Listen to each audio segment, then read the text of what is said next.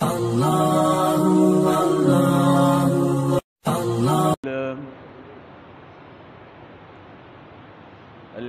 لله نحمده ونستعينه ونستغفره ونؤمن به ونتوكل عليه ونعوذ بالله من شرور أنفسنا ومن سيئات أعمالنا من يهده الله فلا مضل له ومن يضلله فلا هادي له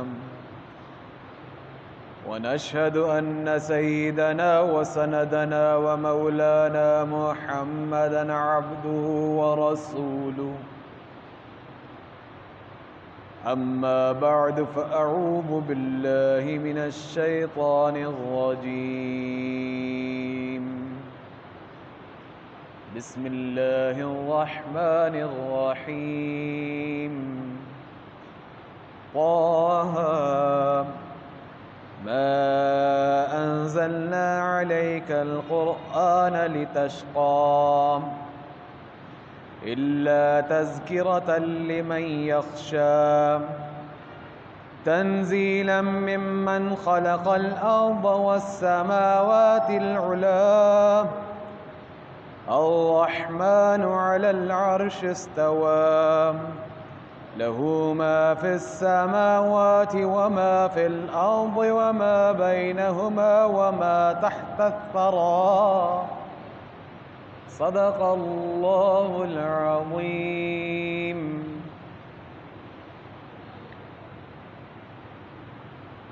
دعا فرمائیے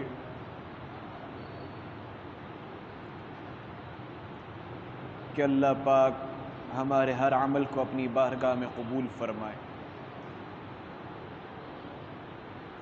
اور ہم سب کا جمع ہونا، کہنا سننا اللہ ہم سب کی مغفرت کا باعث بنائے۔ آج یکم محرم الحرام ہے، حرمت والے مہینوں میں سے ایک مہینہ ہے، اور مسلمانوں کے ہجری سال کا آغاز محرم الحرام سے ہوتا ہے، اور یہ کیلنڈر آغاز کہ ہجری سال ہونا چاہیے سیدنا عمر رضی اللہ تعالی عنہ کا،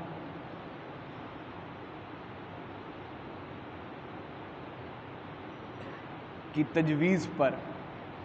اور کیا عجب بات ہے کہ ابتدائی دن ان کی شہادت سے اس ہجری سال کا آغاز ہوتا ہے۔ یہ وہ دعا ہے جو اللہ نے ان کی قبول فرمائی۔ آپ دعا فرماتے تھے کہ یا اللہ مجھے شہادت کی موت عنایت فرما اور پیغمبر کے شہر میں عنایت فرما صلی اللہ علیہ وسلم، کہ یا اللہ مجھے شہادت کی موت، کیونکہ موت تو آنی ہے۔ ہمارے حضرت رحمۃ اللہ علیہ، حضرت امام الہدیٰ رحمۃ اللہ علیہ دعا میں یہ دعا مانگتے تھے، یا اللہ حادثاتی موت سے بچا۔ موت تو آنی ہے، موت تو آنی ہے، لیکن جس شان سے آنی ہے وہ اللہ سے مانگنی چاہیے۔ اس انداز میں انسان کی زندگی تو گزر جاتی ہے جیسی بھی ہو، لیکن اگر وہ صحابہ کے طرز پہ گزرے تو وہ شاندار زندگی کہلاتی ہے اور وہ سنہری حروف میں لکھی جاتی ہے۔ زندگی تو گزر جاتی ہے اور موت تو آنی ہے۔ بعضی موتیں عبرت کا نشان ہوتی ہیں، اور بعضی موتوں سے انسان قوموں کو حیات ملتی ہے، نسلوں کو حیات ملتی ہے۔ بعضی عبرت کے نشان ہوتی ہے کہ کسی کو بیت الخلاء میں آتی ہے، اس نے بڑے بڑے دعوے کیوں نہ کیے ہوں، بیت الخلاء میں موت آتی ہے۔ اور بعضی موتیں ایسی ہوتی ہیں، بعضی چیزیں ایسی ہوتی ہیں جس سے قوموں کو ایک راحت ملتی ہے، جلا ملتی ہے اور ایک نئی تحریک ملتی ہے۔ اللہ اکبر۔ اسی لیے ہمارے حضرت رحمۃ اللہ علیہ دعا فرماتے تھے، اللہ حادثاتی موت سے بچا لے، اللہ حادثاتی موت سے بچا لے، یا اللہ شہادت کی موت نصیب فرما دے۔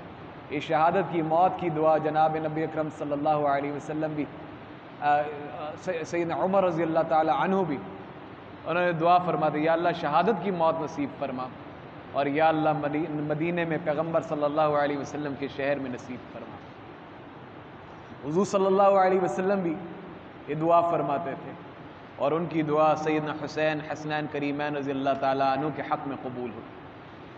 آپ نے دیکھا آخری مہینہ سب سے بڑی عبادت، ذی الحجہ آخری مہینہ سب سے بڑی عبادت، اور وہ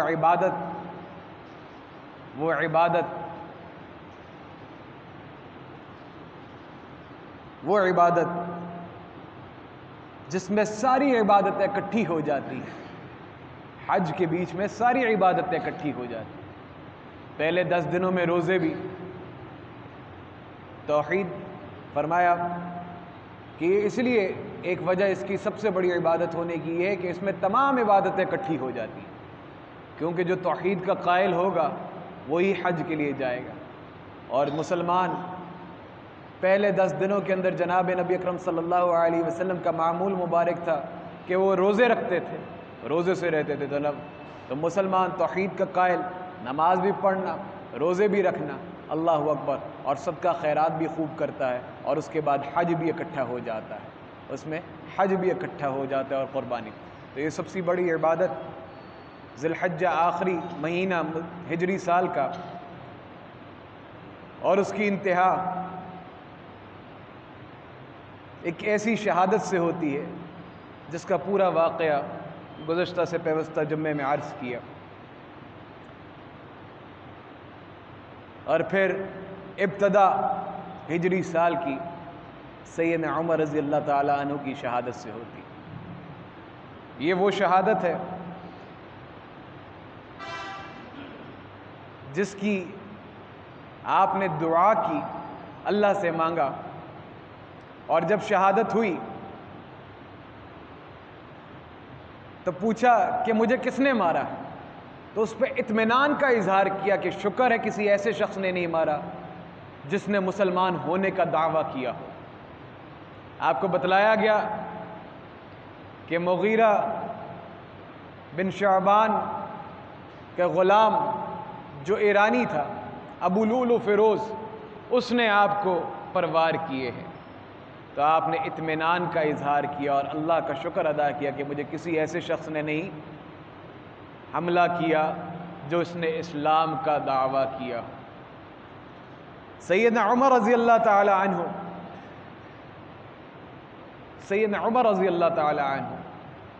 جناب نبی اکرم صلی اللہ علیہ وسلم کی مراد،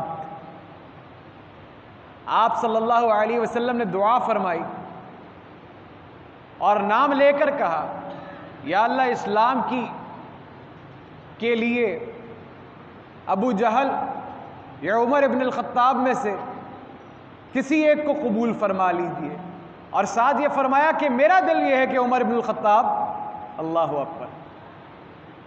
اور یہ عجیب واقعہ ہے، یہ جو سورہ مبارکہ جس کی میں نے تلاوت کی، طٰہٰ، یعنی اللہ پاک کس طرح سے اپنے دین کا کام لیتے ہیں، اور جب اللہ کو کوئی چیز قبول ہو جائے، اللہ کسی چیز کو قبول کر لیں تو کیسے منظر بدل جاتا ہے۔ جب دارالارقم میں آپ پہنچے اور دروازہ کھٹکھٹایا تو صحابہ کرام رضوان اللہ اجمعین نے اندر کھڑکی سے دیکھا اور کہا کہ جناب نبی اکرم صلی اللہ علیہ وسلم کی خدمت میں عرض کیا کہ عمر آئے ہیں اور تلوار لٹکی ہے۔ تو سیدنا حمزہ موجود تھے اور آپ بڑے بہادر تھے، آپ نے کہا کہ آنے دو، اگر نیک ارادے سے آیا تو اچھی بات ہے، نہیں تو اسی کی تلوار سے اس کو ختم کر دیا جائے گا۔ اس سے پہلے آپ بڑے جذبات میں نکلے، تلوار ننگی لے کر مدینے کی گلیوں میں۔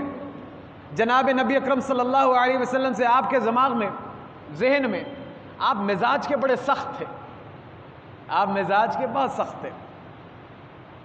ابتدائی دنوں میں آپ کے بھائی زید بن خطاب اور فاطمہ بنت خطاب اور آپ کے بہنوئی سعید یہ ایمان لے آئے، لیکن مسلمانوں کا ابتدائی دور تھا تو یہ بات علل اعلان کسی نے کسی کو نہیں بتائی کہ وہ مسلمان ہو گیا ہے.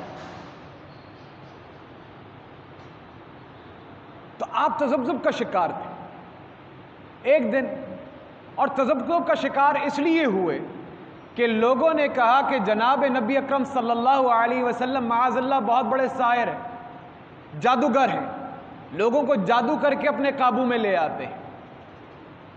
تو آپ ایک دن جناب نبی اکرم صلی اللہ علیہ وسلم خود قرآن مجید کی سورہ الحاقہ کی تلاوت فرما رہے تھے، تو آپ بالکل پیچھے کھڑے ہو گئے. تو آپ نے سمجھا، تلاوت سنی، اور دل میں یہ خیال آیا کہ نہیں یہ جادوگر نہیں ہے، نہیں یہ جادوگر نہیں ہے، اور دل تھوڑا سا نرم ہو. لیکن چونکہ مزاجن سخت تھے اور اپنے باپ دادا کے مذہب پہ قائم تھے، تو آپ کے دماغ میں تذبذب کی کیفیت تھی. تو اسی کیفیت کے بیچ میں ایک دن خیال آیا، کیونکہ جلالی بھی تھے، کیوں نہ جس شخص کی وجہ سے میں پریشان ہوتا ہوں اور میرا دماغ تذبذب کا شکار ہے، اسی ہستی کو ختم کر دوں. تو آپ ایک دم جلال میں آئے خود ہی، کیونکہ انسان سوچتا ہے نا، سوچتا ہے. اسی لیے فرمایا کہ اپنے دماغ کو پاک رکھو، دماغ کو پاک رکھو، کیونکہ دماغ اور دماغ سے ملحقہ چیزوں کو صاف رکھو، کیونکہ دماغ ہی ہے. فرمایا کہ تم دماغ اور دماغ کے ساتھ والی چیزیں، اور نفس کے ساتھ، شرمگاہ اور شرمگاہ کے ساتھ والی چیزوں کی حفاظت، پیٹ اور پیٹ کے ساتھ والی چیزوں کی حفاظت کرو تو میں تمہیں جنت کی گارنٹی دیتا ہوں. تو پوچھا گیا کہ دماغ کی کیا وجہ ہے؟ تو فرمایا کہ دماغ کی وجہ یہ ہے کہ انسان دماغ میں جو چیز تدبیر کر لیتا آہستہ آہستہ وہ اس کو قائل کر ہی لیتی ہے اس طرف جانے کے لیے. اسی لیے جب بھی دماغ میں کوئی غلط خیال آئے، برا خیال آئے، تو فوراً لا حول ولا قوت الا باللہ.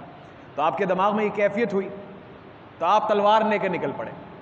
رستے میں کسی نے کہا کہاں جا رہا ہے عمر، خیر تو ہے، ننگی تلوار لے کر کہاں جا رہا ہے؟ تو کہنے لگے آج میں جناب نبی اکرم صلی اللہ علیہ وسلم کو معاذ اللہ جن کی وجہ سے یہ سب کچھ ہے ان کو ختم کرنا. تو نے کہا وہاں تو بعد میں جانا، پہلے اپنے گھر تو دیکھ لے، پہلے اپنے گھر تو دیکھ لے، تیرا بھائی تیری بہن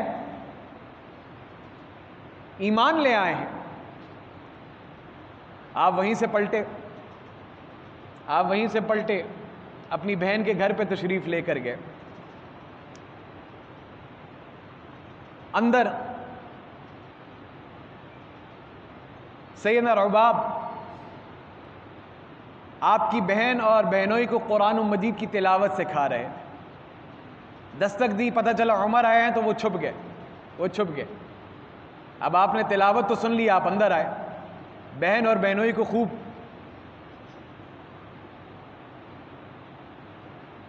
کوٹا کہ تو نے اپنے باپ دادا کا مذہب چھوڑ دیا، کیسے چھوڑ دیا؟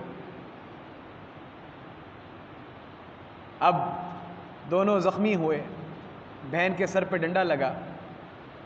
میں نے کہا، دونوں کے منہ سے نکلا، جو مرضی کر لے عمر، اب ہم اس سچے دین سے نہیں منہ موڑ سکتے. یہ بات سننی تھی تو ایک دم اللہ اور اللہ کے نبی نے سچ فرمایا، تو یہ بات سننی تھی. بہن کے منہ سے یہ بات سنی تو دل نرم ہو گیا، سر پہ ڈنڈا لگا تو خون دیکھا تو دل نرم ہو گیا. تو کہا اچھا مجھے بتاؤ کہ یہ پڑھ کیا رہے تھے؟ تو بہن نے کہا ایسے تو نہیں بتاؤں گی، پہلے ہاتھ دھو، وضو کرو، پھر آؤ، پھر کپڑے تبدیل کرو، پھر آؤ، پھر بتاتے. خیر وضو کیا تو بہن نے اور بہنوئی نے وہ قرآن مجید کے اوراق، یہ سورہ طٰہٰ کے جو تلاوت کر رہے تھے، سورہ طٰہٰ کے اوراق نکالے اور سورہ طٰہٰ کی تلاوت کی. اس لیے آج میں نے تبرکاً جو تلاوت عرض کی جمعے کے خطبے میں، وہ سورہ طٰہٰ کی عرض کی پڑھی. تو جب سورہ طٰہٰ کی تلاوت سنی تو ایک دم کہنے لگے بے شک بہت ہی اعلیٰ اور یقیناً یہ سچ کلام ہے، حق کلام ہے، مجھے بھی لے چلو جناب نبی اکرم صلی اللہ علیہ وسلم کے خدمت. اب ادھر جب دروازہ کھٹکھٹایا، سیدنا رباب رضی اللہ تعالیٰ عنہ آپ کو لے کر گئے دار ارقم میں. حضور نبی اکرم صلی اللہ علیہ وسلم کچھ صحابہ کے ساتھ تشریف فرما تھے، تو تلوار پیچھے لٹکی تھی. دروازہ کھٹکھٹایا تو سیدنا حمزہ رضی اللہ تعالیٰ عنہ تک یہ بات پہنچی کہ تلوار کے ساتھ آئے. آپ نے کہا آنے دو، اگر ارادہ نیک ہوا تو جناب نبی اکرم صلی اللہ علیہ وسلم کی دعا قبول ہو گئی، اور اگر کوئی اور بات ہوئی تو اسی تلوار سے اس کا کام تمام کر دے گا. بہرحال اندر داخل ہوئے، پوچھا کہ کیسے آئے ہو، پوچھا کہ کیسے آئے ہو، تو کہنے لگے مجھے بھی کلمہ پڑھا دیجئے، مجھے بھی کلمہ پڑھا دیجئے۔ آپ کا یہ کہنا تھا تو صحابہ کرام، حضور نبی اکرم صلی اللہ علیہ وسلم نے اللہ اکبر کا نعرہ لگایا، آپ نے اللہ اکبر کا نعرہ لگایا، اور پیچھے پیچھے صحابہ کرام رضوان اللہ اجمعین نے اللہ اکبر کا نعرہ لگایا۔ آپ کو لقب فاروق جناب نبی اکرم صلی اللہ علیہ وسلم نے دیا، کسی اور نے نہیں دیا۔ فاروق لقب جناب نبی اکرم صلی اللہ علیہ وسلم نے دیا۔ فاروق کا مطلب کیا ہے؟ حق و باطل میں تمیز کرنے والا، فرق کرنے والا۔ فاروق کا مطلب کیا ہے؟ حق و باطل میں فرق کرنے والا۔ اب آپ نے کلمہ پڑھا، صحابہ نے نعرہ لگایا تو آپ نے سوال کیا، اے اللہ کے نبی، ہم حق پہ ہیں یا غلط ہیں؟ ہم حق پہ ہیں یا غلط ہیں؟ تو اللہ کے نبی نے فرمایا کہ یقیناً ہم حق پر ہیں۔ تو آپ نے کہا پھر ہم علی اعلان کیوں نہیں نماز پڑھتے؟ ہم کیوں ڈر کے رہتے ہیں، اور وہ جو کفار جو غلط رستے پہ ہیں وہ کیوں ہم پر حاوی ہیں؟ ہم علی اعلان کیوں نہیں نماز پڑھتے؟ آپ نے فرمایا چونکہ ہم کم ہیں۔ تو آپ نے کہا اگر ہم حق پہ ہیں تو ہمیں علی اعلان یہ اعلان کرنا چاہیے۔ تو آپ پھر دو جماعتیں نکلیں، ایک جماعت دو صفوں میں مسلمان دار ارقم سے نکلے اور بیت اللہ شریف کے اندر پہنچے، اور پھر ایک صف کی قیادت حضرت حمزہ کر رہے تھے اور ایک کی صف کی قیادت سیدنا عمر رضی اللہ تعالیٰ عنہ کر رہے تھے، اور مسلمانوں نے پہلی دفعہ نماز سیدنا عمر رضی اللہ تعالیٰ عنہ کے اسلام لانے کے بعد علی الاعلان اس طرح سے نماز پڑھی۔ اس وقت تو کفار مکہ نے کچھ نہیں کہا، لیکن جب آپ کو اکیلا دیکھا بعد میں تو آپ کے اوپر حملہ آور ہوئے اور آپ نے ڈٹ کر ان کا مقابلہ کیا۔ سیدنا عمر رضی اللہ تعالیٰ عنہ، جو لوگ عمرہ کرنے گئے انہوں نے صفا مروہ دیکھا ہوگا، صفا مروہ کے درمیان میں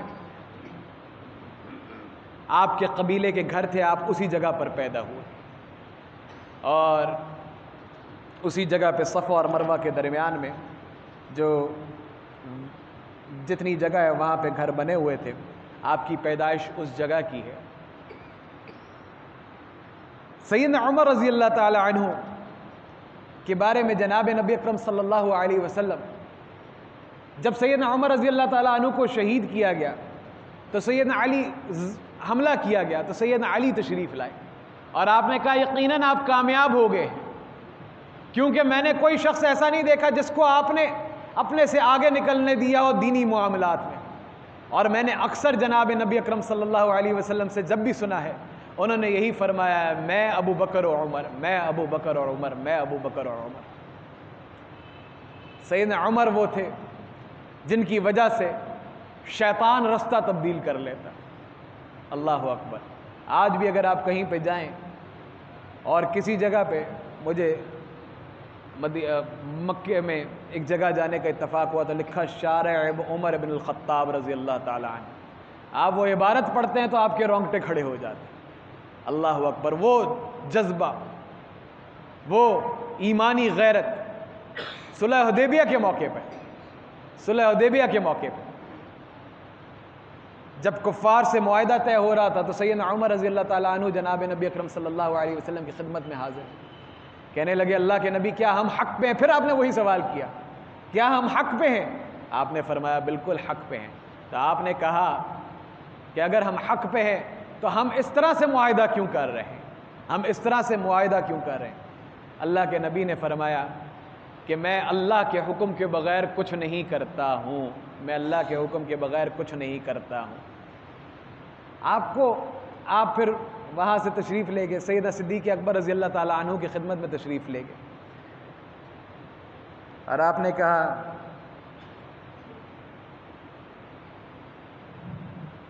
کہ ہم حق پہ ہیں تو ہم کیوں اس طرح سے معاہدہ کر رہے ہیں؟ تو سیدنا صدیق اکبر ہی اس لیے ہیں کیونکہ جب آقا علیہ الصلوۃ والسلام نے فرمایا کہ میں آسمانوں پر گیا، مجھے فرشتے آئے، سیدنا جبرائیل علیہ السلام آئے اور مجھے ساتھ لے کر چلنے کے لیے کہا، اور پھر بیت المقدس گئے، بیت المقدس کے بعد آسمانوں پہ گئے، پھر اللہ تعالیٰ سے ہم کلام ہوئے، تو لوگوں نے یقین نہیں کیا، لوگوں نے کہا ایسے ہی بات کرتے ہیں معاذ اللہ۔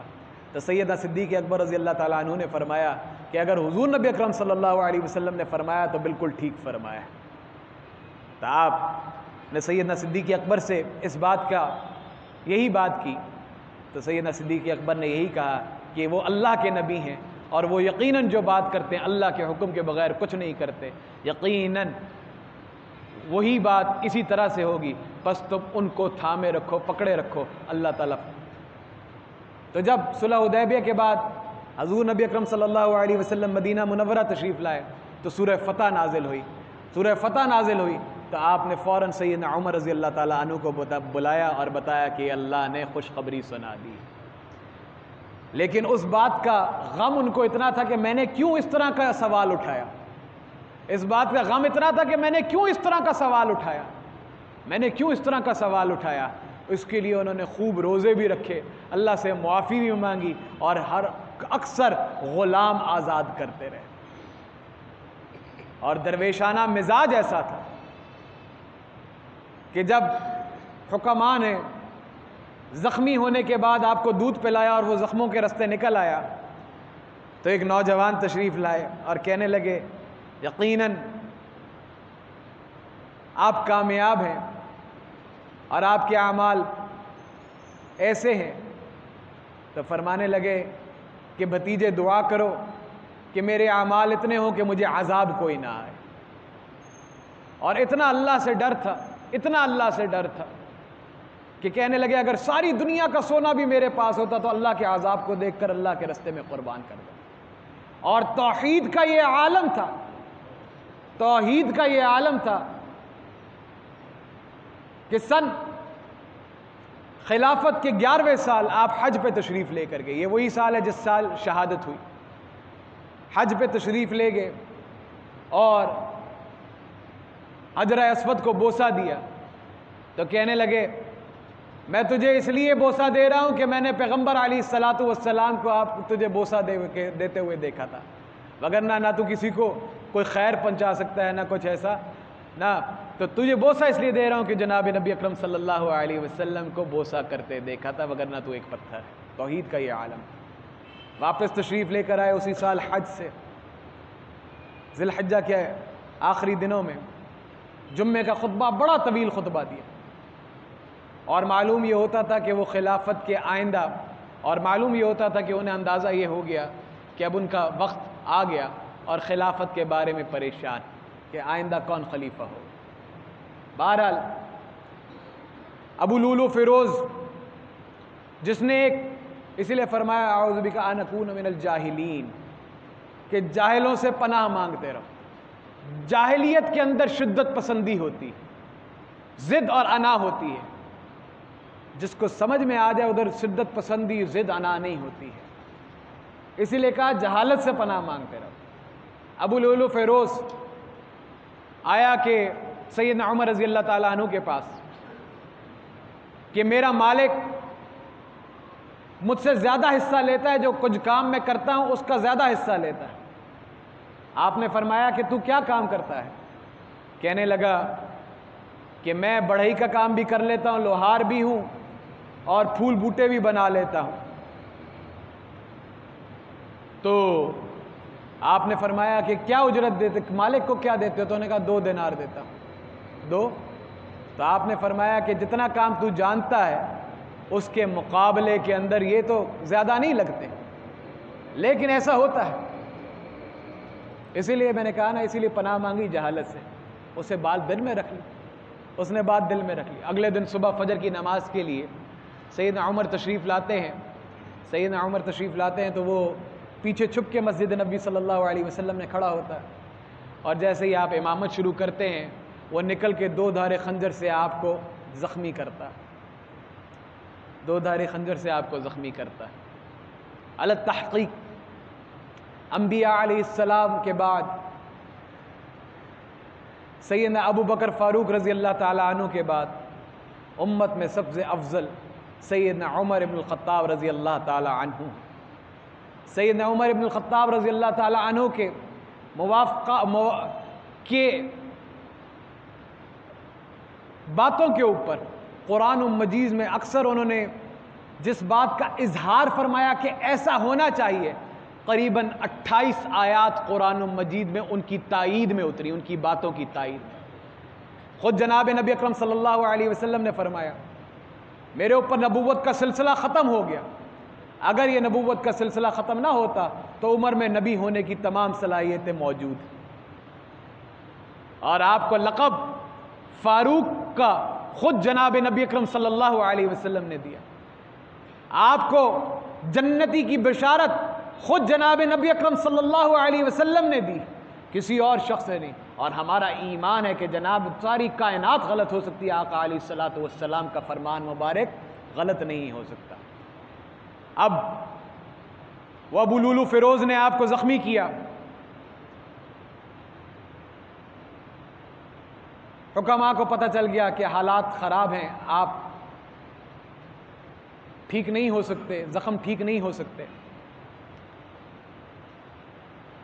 آپ نے اپنے بیٹے عمر کو بلایا، عبداللہ کو بلایا اور کہا ام المومنین سیدہ عائشہ صدیقہ سلام اللہ علیہا کے پاس چلے جاؤ، ان کی خدمت میں جاؤ اور ان کو کہو کہ اگر اجازت ہو تو میں اپنے یاروں کے ساتھ، اب مقام پیغمبر علیہ الصلاۃ والسلام، مقام عمر جاننا ہو، پیغمبر علیہ الصلاۃ والسلام جو جن کے لیے کائنات وجود میں آئی، حضور نبی اکرم صلی اللہ علیہ وسلم کی خاطر یہ کائنات وجود میں آئی، اور ہمارا ایمان ہے جس حصے میں جو حصہ آقا علیہ الصلاۃ والسلام کو، جہاں پہ آپ تشریف فرما ہے، جس جگہ پہ آپ آرام فرما رہے ہیں، وہ اس جگہ سے افضل کائنات میں اور کوئی جگہ نہیں، اس جگہ سے افضل کائنات میں اور کوئی جگہ نہیں، چونکہ وہ آپ کے بدن مبارک کے ساتھ لگ رہی ہے، اور کائنات میں کسی اور چیز کو اس چیز کی حیثیت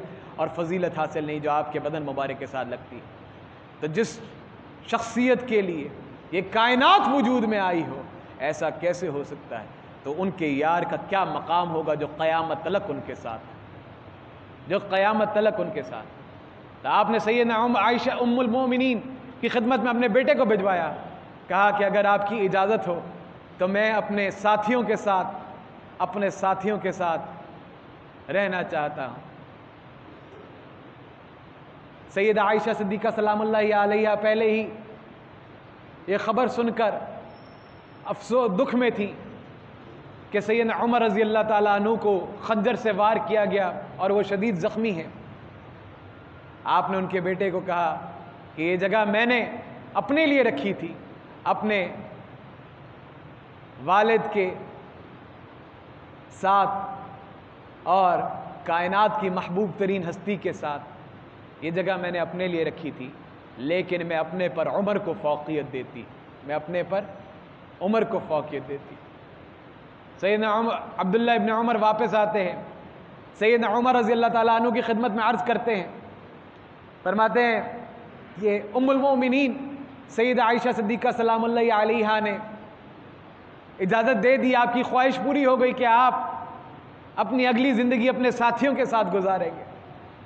تو آپ نے کہا جب میری آنکھیں بند ہو جائیں دوبارہ جا کے پوچھنا، یہ نہ ہو کہ اس نے ام المومنین نے امیر المومنین کی بات کا لحاظ کرتے ہوئے کہ امیر المومنین کی طرف سے پیغام آیا ہے تو دیا ہے، میرا جنازہ لے کر جانا اور بیٹھک کے باہر رکھ کر پوچھنا کہ خطاب کا بیٹا عمر اجازت مانگتا ہے اپنے ساتھیوں کے ساتھ رہنے کی۔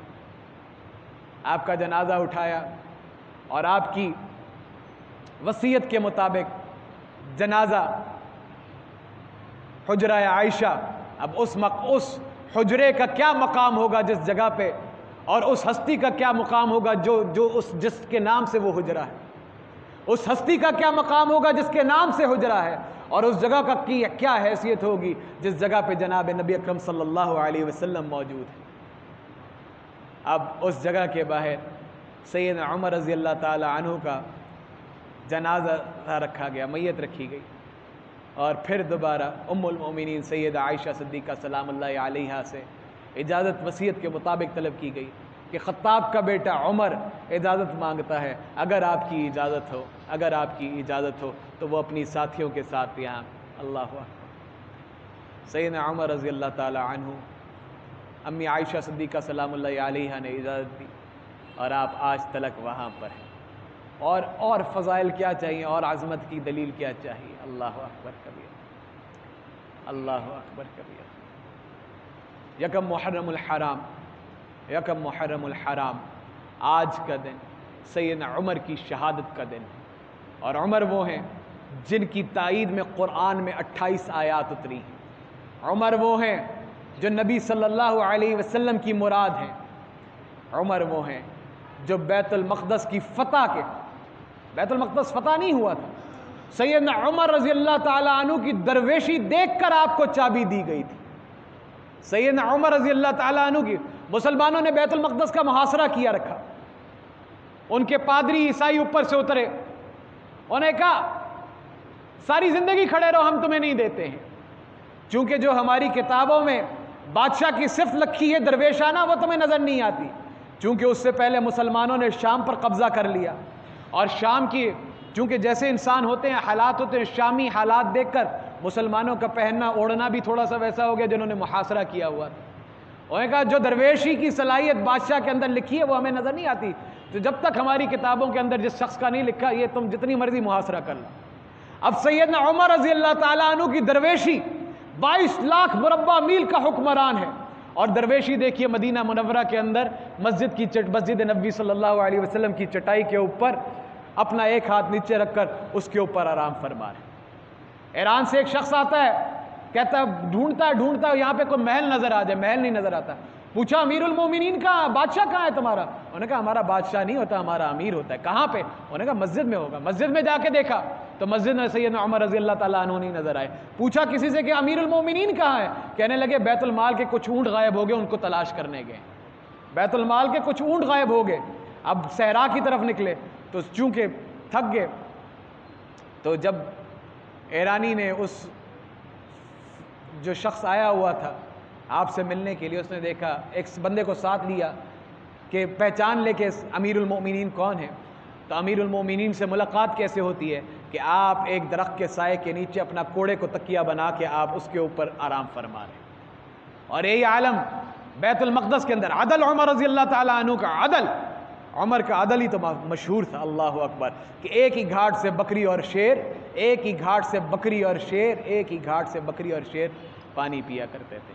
آپ کا عدل ایسا تھا، اللہ اکبر کبیرہ، اور آپ کا رعب ایسا تھا کہ آپ سمندر کو خط لکھ دے تو طوفان تھم جاتا، اللہ اکبر، اور روحانیت کا عالم کیسا تھا کہ نماز پڑھا رہے ہیں اور ساریہ کو حکم دے رہے ہیں کہ سائیڈ پہ ہو جو پیچھے فوج پیچھے دیکھو، اللہ اکبر کبیرہ، اور آپ کی سختی ایسی تھی، اللہ نے ایمانی جذبہ شان ایسے دی تھی کہ جس رستے سے آپ گزرتے تھے جناب نبی اکرم صلی اللہ علیہ وسلم نے فرمایا کہ شیطان وہ رستہ بدل لیتا ہے، اور آج بھی عمر جس جگہ پہ ہے شیطان اس جگہ پہ نہیں، اس کے باہر ہی رہتا ہے، اللہ اکبر کبیرہ، ادھر جا کر بھی ادھر جانے کی توفیق نہیں ہوتی۔ عمر کی شان ایسی ہے کہ آج بھی شیطان کے چیلے عمر کے حجرے کے قریب نہیں بھٹکتے ہیں، اللہ اکبر کبیرہ، اللہ اکبر کبیرہ۔ تو یہ عمر جناب نبی اکرم صلی اللہ علیہ وسلم کی مورات تھی۔ آج یکم محرم الحرام یوم عمر کے طور پر اس لیے اپنے بچوں کو بتلانا ضروری ہے کہ انہیں عمر کا مقام پتہ چلے، انہیں عمر کی شان پتہ چلے رضی اللہ تعالی عنہم کی، کہ ہماری اور ہماری اسلام کی شان پتہ چلے کہ وہ ابتدائی وہ مہینہ حرمت والا مہینہ مسلمانوں کا نیا سال سیدنا عمر رضی اللہ تعالی عنہ کی عظیم شہادت سے شروع ہوتا ہے۔ اس میں اگلا شہادت سیدنا حسین رضی اللہ تعالی عنہ، تو مسلمانوں کو پتہ لگنا چاہیے کہ اس مسلمانوں کے سال کا انتہا بھی شہادت سے، سال کی ابتدا بھی شہادت سے، تو شہادت ہی عظیم چیز ہے جس کی دعا پیغمبروں نے کی، جس کی دعا صحابہ نے کی، اور جس کو لے کر انہوں نے اپنی زندگیاں گزاری۔ اللہ پاک مجھے اور آپ کو جذبہ شہادت اجاگر کرنے کی توفیق نصیب فرمائے، اللہ پاک ہم سب کو پکا کھرا محمدی مسلمان بنائے، اور اللہ پاک جناب نبی اکرم صلی اللہ علیہ وسلم کے دین کو دنیا کے کونے کونے میں پھیلانے والا پکا کھرا محمدی مسلمان ہم سب کو بنائے۔ ایک حدیث پتہ ہو اللہ اس کی آگے پھیلانے کی توفیق نصیب فرمائے۔ اللہ ہمیں ابھی ہمارے ایک قاری حافظ ساجد صاحب، ان کو جناب نبی اکرم صلی اللہ علیہ وسلم کی زیارت ہوئی، انہوں نے ابھی اجتماع میں یہ واقعہ سنایا اور فرمانے لگے کہ کیا مسلمانوں کو میرے خون سے زیادہ اپنا خون قیمتی ہے؟ اللہ اکبر کبیرہ۔ باہر کیف فرمایا کہ شیطان ہر حال میں خواب میں آ سکتا ہے، لیکن جناب نبی اکرم صلی اللہ علیہ وسلم کا روپ لے کر خواب میں نہیں آ سکتا۔ تو آپ صلی اللہ علیہ وسلم نے یہ فرمایا تو انہوں نے بات جب اجتماع میں فرمائی تو لوگ دھاڑے مار کے رونا شروع ہو گئے. اللہ پاک مجھے اور آپ کو جناب نبی اکرم صلی اللہ علیہ وسلم کے دین کو پھیلانے کی توفیق نصیب فرمائے. آپ نے یہ فرمایا کہ پہلے میرے پاس آؤ گے, حافظ ساجد صاحب, قاری ساجد محمود صاحب نے, واہ کینٹ والوں نے, واہ گارڈن والوں نے, کہ پہلے میرے پاس آؤ گے پھر اللہ کے دربار میں حاضر ہوگے. اور ایک حدیث شریف کے اندر آتا ہے کہ مسلمان جب قبر میں لٹایا جاتا ہے تو سارے پردے اس کے اور جناب نبی اکرم صلی اللہ علیہ وسلم کے قبر مبارک کے بیچ میں ہٹا دیے جاتے ہیں. تو مسلمان کس منہ سے آقا علیہ الصلاۃ والسلام کو بتلائے گا کہ میں ان کا امتی ہوں جو اعمال ہمارے ہیں. اللہ ہمیں دنیا آخرت کی تیاری کی توفیق نصیب فرمائے اور آقا علیہ الصلاۃ والسلام کی غلامی نصیب فرمائے. وآخر دعوانا ان الحمد للہ رب العالمین.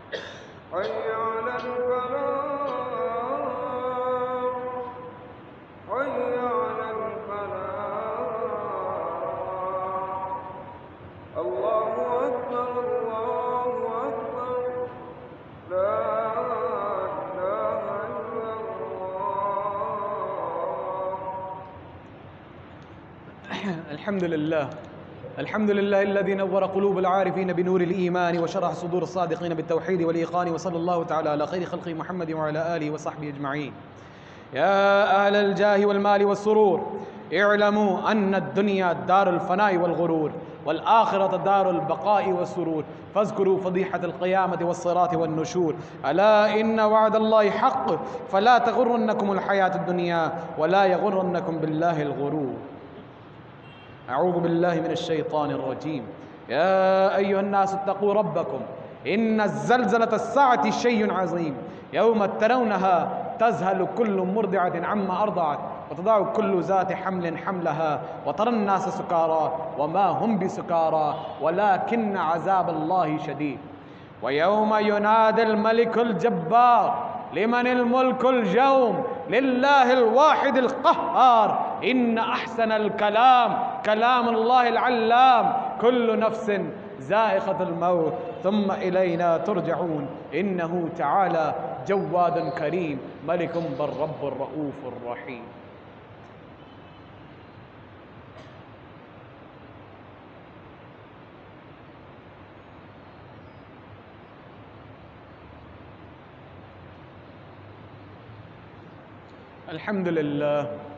الحمد لله نحمده ونستعينه ونستغفره ونؤمن به ونتوكل عليه ونعوذ بالله من شرور أنفسنا ومن سيئات أعمالنا.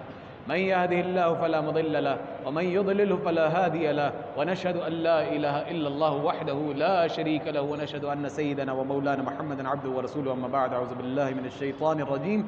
إن الله وملائكته يصلون على النبي يا أيها الذين آمنوا صلوا عليه وسلموا تسليما. اللهم صل على سيدنا محمد وعلى آل سيدنا محمد بعدد من صلى وصام وصل كذلك على جميع الأنبياء والمرسلين وعلى الملائكة المقربين وعلى عباد الله الصالحين خصوصا على أفضل الصحابة بالتحقيق أمير المؤمنين أبي بكر الصديق رضي الله تعالى عنه وعلى الناطق بالصواب أمير المؤمنين عمر بن الخطاب رضي الله تعالى عنه وعلى جامع القرآن أمير المؤمنين عثمان بن عفان رضي الله تعالى عنه وعلى أسد الله الغالب أمير المؤمنين علي بن أبي طالب رضي الله تعالى عنه وعلى الإمامين الهمامين أبي محمد الحسن وأبي عبد الله الحسين رضي الله تعالى عنهما وعلى جميع أمهات المؤمنين المؤمنين والمؤمنات وأزواج نبيه المطهرات رضي الله تعالى عنهن، وعلى جميع بنات الطيبات السيدة زينب وسيدة رقية وسيدة أم كلثوم وسيدة فاطمة الزهراء رضي الله تعالى عنهن، وعلى ستة الباقية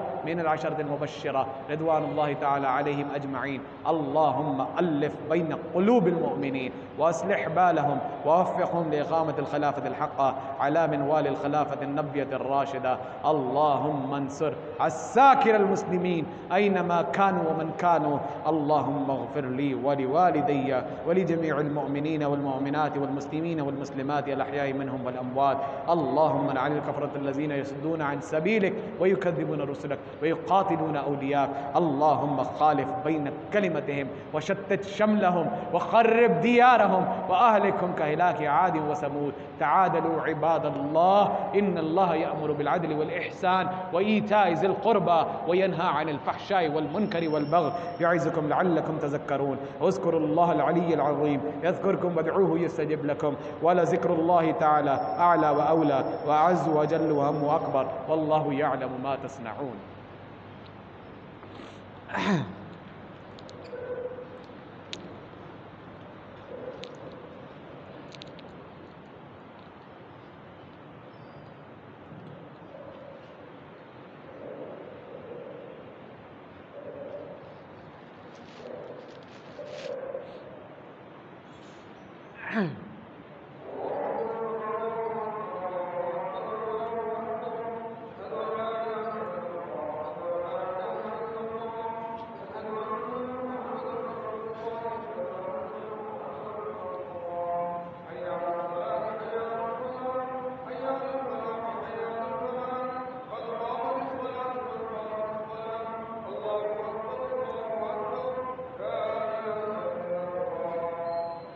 اپنی اپنی شلواروں کو ٹخنوں سے بلند فرما لیں اور قدم دیکھ کر صفوں کو درست فرما لیں۔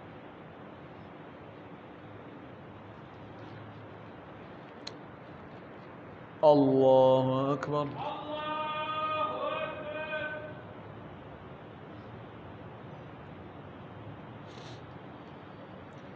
الحمد للہ رب العالمین الرحمن الرحیم مالک یوم الدین إياك نعبد وإياك نستعين اهدنا الصراط المستقيم صراط الذين أنعمت عليهم غير المغضوب عليهم ولا الضالين.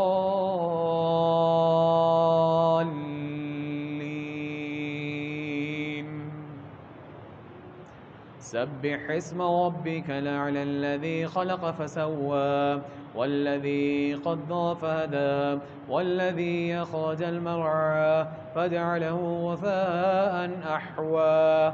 سنقرئك فلا تنسى إلا ما شاء الله إنه يعلم الجهر وما يخفى ونيسرك لليسرى فذكر إن نفعت الذكرى فيذكر من يخشى ويتجنبها الأشقى الذي يصلى النار الكبرى ثم لا يموت فيها ولا يحيا.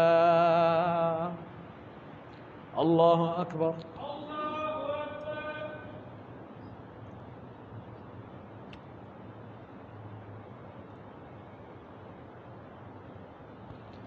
سمع الله لمن حمده.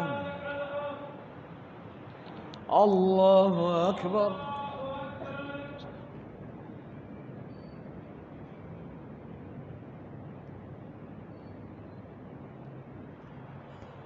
الله أكبر.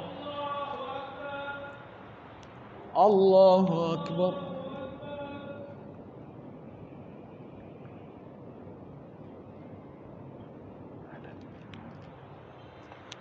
الله أكبر. الحمد لله رب العالمين الرحمن الرحيم مالك يوم الدين إياك نعبد وإياك نستعين اهدنا الصراط المستقيم صراط الذين أنعمت عليهم غير المغضوب عليهم ولا الضالين.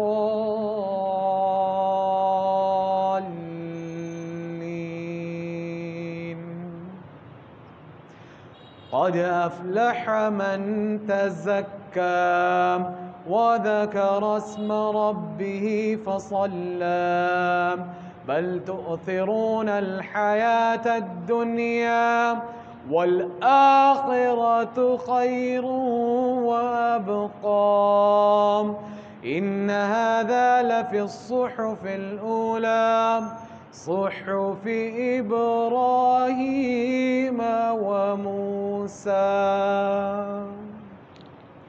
الله أكبر.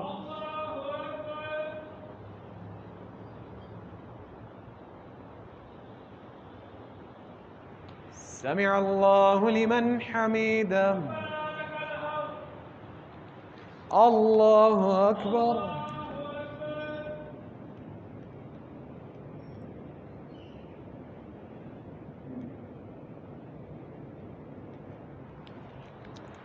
الله أكبر. الله أكبر.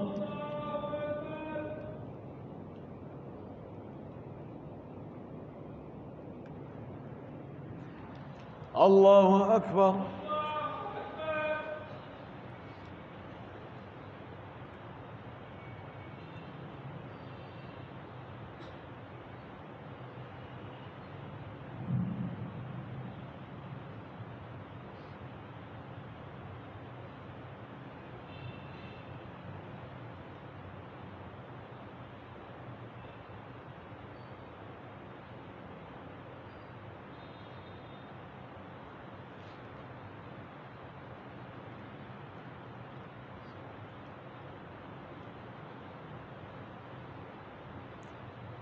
السلام عليكم ورحمة الله.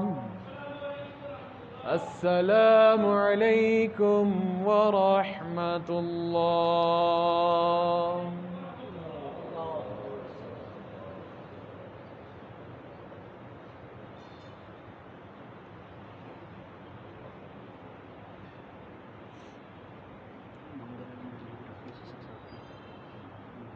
الحمد لله رب العالمين والعاقبة للمتقين والصلاة والسلام على سيد المرسلين. ربنا ظلمنا أنفسنا وإن لم تغفر لنا وترحمنا لنكونن من الخاسرين. ربنا آتنا في الدنيا حسنة وفي الآخرة حسنة وقنا عذاب النار وقنا عذاب القبر وقنا عذاب الحشر وقنا عذاب الميزان. ربنا لا تزغ قلوبنا بعد إذ هديتنا وهب لنا من لدنك رحمة إنك أنت الوهاب. یا اللہ ہم سب کے ایک ایک گناہ کو معاف فرما دیجئے. اللہ جانے میں کیے گئے انجانے میں سرزدوی خطاؤں کو معاف فرما دیجئے.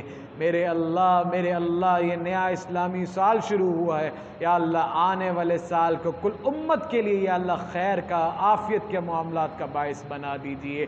یا اللہ اپنا فضل شامل حال فرما دیجئے. اللہ پاک آپس میں اتفاق پیار محبت نصیب فرما دیجئے. اللہ پاک ہمیں ایک اور نیک ہونے کی توفیق نصیب فرما دیجئے. یا اللہ کینہ بغض حسد جیسی بیماریوں سے اللہ ہمیں اپنے دلوں کو پاک کرنے کی توفیق نصیب فرما دیجئے. یا اللہ ہماری زبانوں کو ذاکرہ بنا دیجئے. اللہ پاک نگاہوں میں حیا نصیب فرما دیجئے. یا اللہ موت سے پہلے توبہ کی توفیق نصیب فرما دیجئے. اللہ ایمان والی زندگی نصیب فرما دیجئے. یا اللہ خاتمہ ایمان پر نصیب فرما دیجئے. میرے اللہ حاجت روا مشکل کشا آپ کی ذات ہے. آپ کے علاوہ نہ ہی کوئی حاجت روا ہے نہ ہی کوئی مشکل کشا ہے. اللہ میرا جو بہن بھائی جس مشکل میں اللہ کرم کے معاملات فرما دیجئے. اللہ پاک آسانی کے معاملات فرما دیجئے. یا اللہ جتنے بے روزگار ہیں اللہ رزق حلال طیب نصیب فرما دیجئے. یا اللہ جتنے پریشان حال ہیں اللہ آسانیاں نصیب فرما دیجئے. میرے اللہ جو ہمارے حق میں بہتر ہے یا اللہ وہ نصیب فرما دیجئے. یا اللہ جو نہیں بہتر اللہ اس کی طمع لالچ جستجو سے اللہ محفوظ فرما دیجئے. دیجئے۔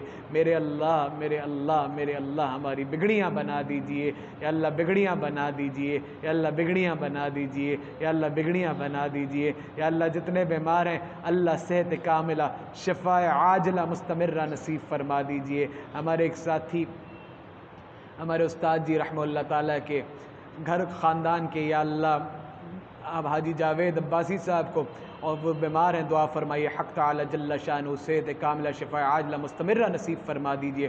اور یا اللہ اسی طریقے سے ہمارے ایک اور ساتھی ان کو فالج کا اٹیک ہوا ہے، بھائی نعیم صاحب کو دعا فرمائے اللہ پاک ان کو صحت کاملہ شفاء عاجلہ مستمرہ نصیب فرما دے، اور یا اللہ ان بزرگوں کا سایہ تادیر ہمارے سروں پہ سلامت فرما دے۔ اور اسی طرح سے جتنے اکابرین اساتذہ مشائخ بزرگ ہمارے حیات ہیں اللہ ان سب کو صحت کے ساتھ لمبی زندگی نصیب فرما دے، ہمیں ان کے ادب کی قدر کی توفیق نصیب فرما دے، اللہ ان کی بے ادبی سے محفوظ فرما دے، یا اللہ ان کی خدمت کر کے جنت کمانے والا بنا دے۔ اور یا اللہ جتنے اساتذہ مشائخ بڑے ہمارے اکابرین اور جتنے ہمارے بڑے آپ کے پاس پہنچ چکی، یا اللہ سب کے دراجات کو بلند سے بلندتر فرما دے، ہمیں ان کا صدقہ جاریہ بنا دے، یا اللہ ہماری اولادوں کو ہمارا صدقہ جاریہ بنا دے، یا اللہ نیک صالح اور فرما بردار بنا دے، آنکھوں کی ٹھنڈک بنا دے، اللہ اولاد کی آزمائش سے محفوظ فرما دے، یا اللہ جن کی اولاد نہیں یا اللہ ان کو نیک اور صالح اولاد نصیب فرما دے، یا اللہ جو بہن بھائی شادیوں کے لائق ہیں اللہ آبادیاں نصیب فرما دے، یا اللہ نوجوانوں کی جوانیوں کی حفاظت فرما دے، یا اللہ بچیوں کی عزت و عصمتوں کی حفاظت فرما دے،